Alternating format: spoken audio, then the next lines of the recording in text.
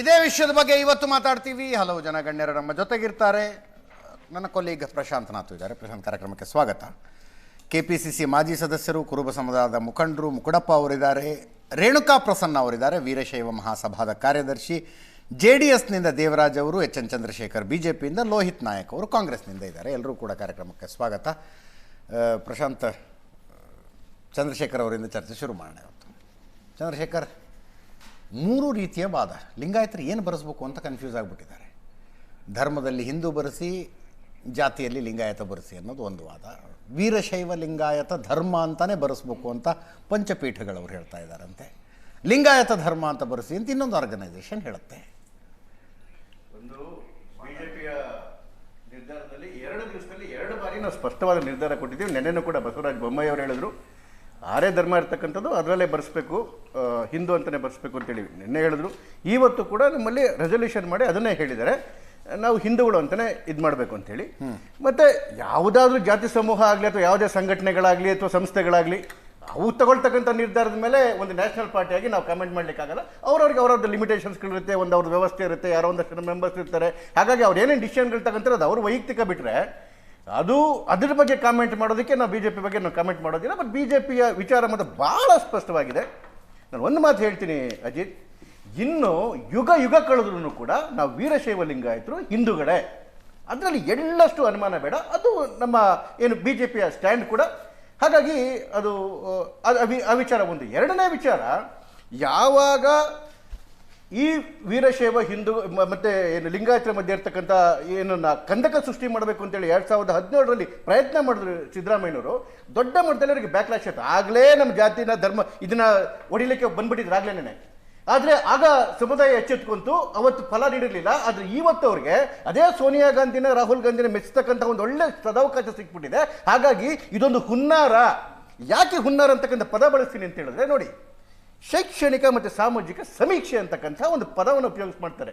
ಆದರೆ ಓಪನಿಂಗ್ ಕಾಮೆಂಟಲ್ಲಿ ಇವ್ರು ಹೇಳ್ಬೇಕಾದ್ರು ಹೇಳಿದ್ರು, ನಾವು ಪ್ರಶಾಂತ್ ಹೇಳ್ಬೇಕಾದ್ರು ಹೇಳಿದ್ರು, ಅದು ಏನು ಜಾತಿ ಗಣತಿನೇ ಅಂತೇಳಿ. ಯಾಕೆ ಅಂತೇಳಿ ಇದು ಜಾತಿ ಗಣತಿಯೇ ಅಂತ ಹೇಳ್ತಕ್ಕಂಥದಕ್ಕೆ ಯಾರಿಗೂ ಕೂಡ ಅನುಮಾನ ಇಲ್ಲ. ಜಸ್ಟ್ ಒಂದು ಶೋ ಆಫ್ ಮಾಡ್ಕೊಳ್ಳೋದಕ್ಕೆ, ಒಂದು ಮುಚ್ಚಿಟ್ಕೊಳ್ಳೋದಕ್ಕೆ ಅದು ಸಮೀಕ್ಷೆ ಅಂತ ಹೇಳ್ತಾರೆ. ಇಲ್ಲ ಅಂತ ಹೇಳಿದ್ರೆ ನೋಡಿ, ಕಾಂತರಾಜು ವರದಿ ಆಯಿತು, ಅದಾದಮೇಲೆ ಜಯಪ್ರಕಾಶ್ ವರದಿ ಬಂತು, ಇದ್ದಕ್ಕಿದ್ದಂಗೆ ಅದನ್ನು ನಾವು ಕ್ಯಾನ್ಸಲ್ ಮಾಡಿದ್ವಿ ಅಂತ ಹೇಳಿದ್ರು. ಯಾವುದಾದ್ರೂ ಅವರ ಏನು ಒಂದು ಸಮೀಕ್ಷೆ ಒಂದು ವರದಿ ಮಾಡಿಸಿದ್ರ ಅದ್ರಲ್ಲಿ ಯಾವ್ಯಾವ ನ್ಯೂನ್ಯತೆಗಳಿತ್ತು, ಆ ನ್ಯೂನ್ಯತೆಗಳ ಕಾರಣಕ್ಕೋಸ್ಕರ ನಾವು ಅದು ರಿಜೆಕ್ಟ್ ಮಾಡ್ತಿದ್ದೀವಿ ಅಂತ ಹೇಳಿದ್ರ. ನೀವು ಇನ್ನೊಂದು ಸಮೀಕ್ಷೆ ಮಾಡಬೇಕು ಅಂತ ಹೇಳಿದ್ರೆ ಆ ನ್ಯೂನ್ಯತೆಯನ್ನು ಹುಡುಕೊಂಡು ಅದನ್ನು ಸರಿ ಮಾಡ್ಕೊಂಡು ಇದಕ್ಕೆ ಬರಬೇಕು ತಾನೇ. ನೀವು ಇದ್ದಕ್ಕಿದ್ದಂಗೆ ಮಾಡ್ತಕ್ಕಂಥ ಇದು ಏನು ಹೇಳ್ತಿತ್ತು, ಅದು ಏನು, ಒಂದು ಉದಾಹರಣೆ ಹೇಳ್ತೀನಿ ಅಜಿತ್. ಹಿಂದುಳಿದ ವರ್ಗಗಳಿಗೆ ಅದನ್ನು ಕೊಟ್ಟಿದ್ದಾರೆ. ಈ ಹಿಂದುಳಿದ ವರ್ಗಕ್ಕೆ ಎಲ್ಲ ಸಮುದಾಯವನ್ನು ಮುಟ್ತಕ್ಕಂಥ ರೀಚ್ ಇದೆಯಾ? ಬ್ರಾಹ್ಮಣರಾಗಲಿ ಅಥವಾ ಮುಂದುವರೆದ ಜನಾಂಗ ಆಗಲಿ ಅಥವಾ SC-ಗಳಿಗಾಗಲಿ ಎಲ್ಲರನ್ನು ಮುಟ್ತಕ್ಕಂಥ ರೀಚ್ ಇದೆಯಾ? ಒಂದನೇದು. ಎರಡನೇದು ವೆರಿ ಇಂಪಾರ್ಟೆಂಟ್ ಪ್ರಾಕ್ಟಿಕಲ್ ಥಿಂಗ್ ಅಂತ ಹೇಳಿದ್ರೆ, ಇಡೀ ಕರ್ನಾಟಕದ ಅಷ್ಟೂ ನೀವು ಏನು ಶ್ರೇಣಿಯನ್ನು ನೋಡಿದ್ರೆ ಅತಿ ಹೆಚ್ಚು ನಿರ್ಲಕ್ಷ್ಯಕ್ಕೆ ಒಳಗಾಗಿರ್ತಕ್ಕಂಥ ಮಿನಿಸ್ಟ್ರಿ ಯಾವುದಾದ್ರೂ ಇದೆ ಅಂತ ಹೇಳಿದ್ರೆ ಅದು ಹಿಂದುಳಿದ ವರ್ಗದ್ದು. ತುಂಬ ಜಾಸ್ತಿ ಪ್ರಿಫರೆನ್ಸ್ ಇರ್ತಕ್ಕಂಥ ಸಮಾಜ ಕಲ್ಯಾಣಕ್ಕೆ ಅತ್ಯಂತ. ಇದರಲ್ಲಿ ಅಧಿಕಾರಿಗಳ ಶ್ರೇಣಿ ತಗೊಳ್ಳಿ, ಇನ್ಫ್ರಾಸ್ಟ್ರಕ್ಚರ್ ತಗೊಳ್ಳಿ, ಯಾವುದನ್ನೇ ತಗೊಳ್ಳಿ, ಹಿಂದುಳಿದ ವರ್ಗ ನೋಡಿ. ಇವತ್ತು ಯಾವುದಾದ್ರು ಜಿಲ್ಲೆ ಒಳಗಡೆಗೆ ಹಿಂದುಳಿದ ವರ್ಗದ ಆಫೀಸ್ ಎಲ್ಲಿದೆ ಅಂತ ಯಾರಿಗಾರು ಗೊತ್ತಿದೆಯಾ? ಸಮಾಜ ಕಲ್ಯಾಣ ಎಲ್ಲರಿಗೂ ಗೊತ್ತಿದೆ. ಯಾಕೆ ಅಂತೇಳಿ ಇನ್ಫ್ರಾಸ್ಟ್ರಕ್ಚರ್ ಅಷ್ಟು ಇಲ್ಲವೇ ಇಲ್ಲ. ಇದೇ ಕಾರಣಕ್ಕೋಸ್ಕರನೇ ನೋಡಿ, ತೆಲಂಗಾಣದಲ್ಲಿ ಅವರು ಜಾತಿ ಗಣತಿ ಮಾಡಬೇಕಾದ್ರೆ ರೇವಂತ್ ರೆಡ್ಡಿ ಅವರು ಹಿಂದುಳಿದ ಇದಕ್ಕೆ ವರ್ಗಕ್ಕೆ ಕೊಡಲಿಲ್ಲ. ಅದನ್ನು ಕಂದಾಯ ಇಲಾಖೆಯಿಂದ ಮುಖ್ಯಮಂತ್ರಿ ತನ್ನ ಮಿನಿಸ್ಟ್ರಿ ಒಳಗೆ ಡೈರೆಕ್ಟ್ ಆಗಿ ಇಟ್ಕೊಂಡು ಕಂದಾಯ ಇಲಾಖೆ ಸೇರಿಸ್ಕೊಂಡು ಅವರು ಗಣತಿಯನ್ನು ಮಾಡಿದ್ರು. ಅವರಕ್ಕೆ ಬ್ಯಾಕ್ವರ್ಡ್ ಇದಕ್ಕೆ ಹೋಗಲಿಲ್ಲ. ಹಾಗಾದ್ರೆ ನೀವು ಸಮಾಜ ಕಲ್ಯಾಣ ಇಲಾಖೆಯಿಂದ ನೀವು ಇದನ್ನ ಜಾತಿ ಮಾಡ್ತೀರಿ, ಯಾವುದಕ್ಕೆ ಪರಿಶಿಷ್ಟ ಜಾತಿಗಳ ಇದನ್ನ ಮಾಡ್ತೀರಿ, ಯಾಕೆ ನಿಮ್ಗೆ ಅವ್ರಿಗೆ ಇನ್ಫ್ರಾಸ್ಟ್ರಕ್ಚರ್ ಇದೆ ಅಂತೇಳಿ. ಇವತ್ತು ಇವರಿಗೆ ಆ ರೀಚ್ ಇದೆಯಾ? ಸಾಂವಿಧಾನಿಕ ಹಕ್ಕಿದೆಯಾ ಇವರಿಗೆ?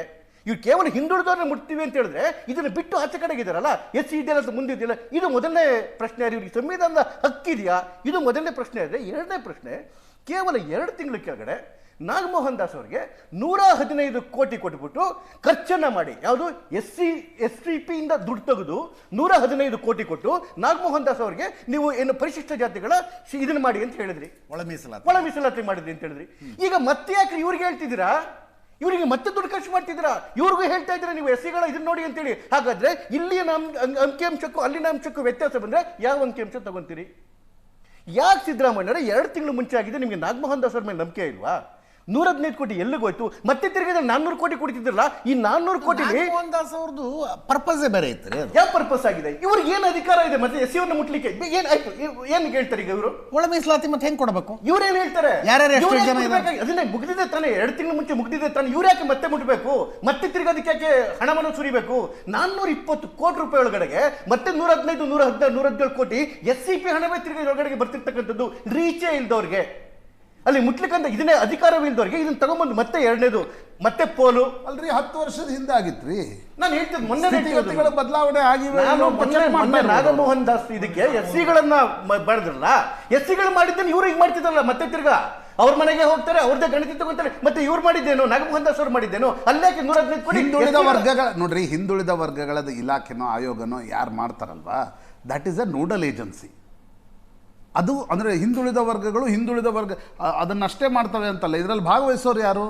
ಏನು ಹಿಂದುಳಿದ ವರ್ಗದ ಆಯೋಗದ್ದು ಅಷ್ಟೊಂದು ದೊಡ್ಡ ಸಿಬ್ಬಂದಿ ಸಂಖ್ಯೆ ಹಾಗಾದ್ರೆ ಯಾರಿಗೆ ಬೇಕಾದ್ರೂ ಮಾಡ್ಬೋದು ಅಂತ ಸಂವಿಧಾನಕ್ಕೆ ಅದಕ್ಕೆ ಬಿಹಾರದಲ್ಲಿ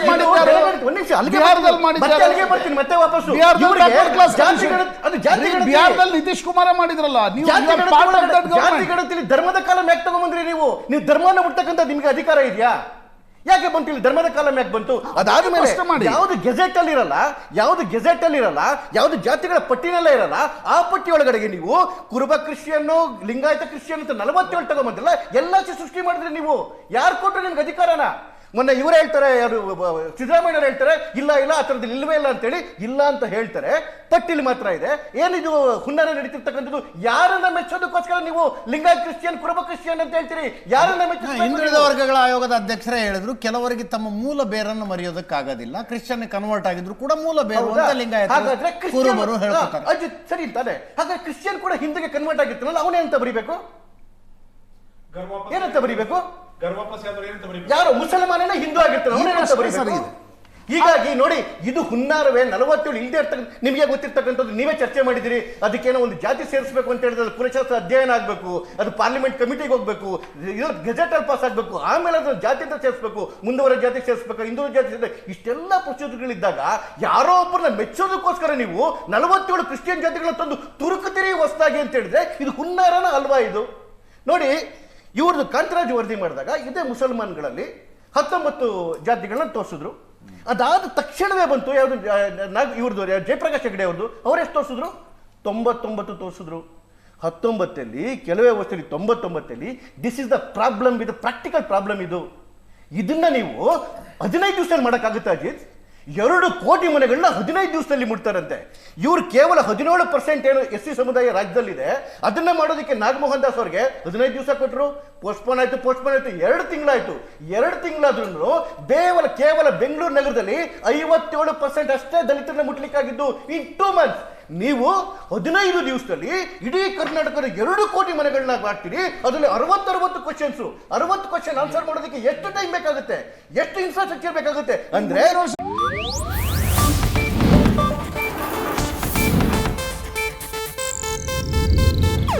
ಇದು ಏಷ್ಯಾನೆಟ್ ನ್ಯೂಸ್ ನೆಟ್ವರ್ಕ್ ಪ್ರಸ್ತುತಿ.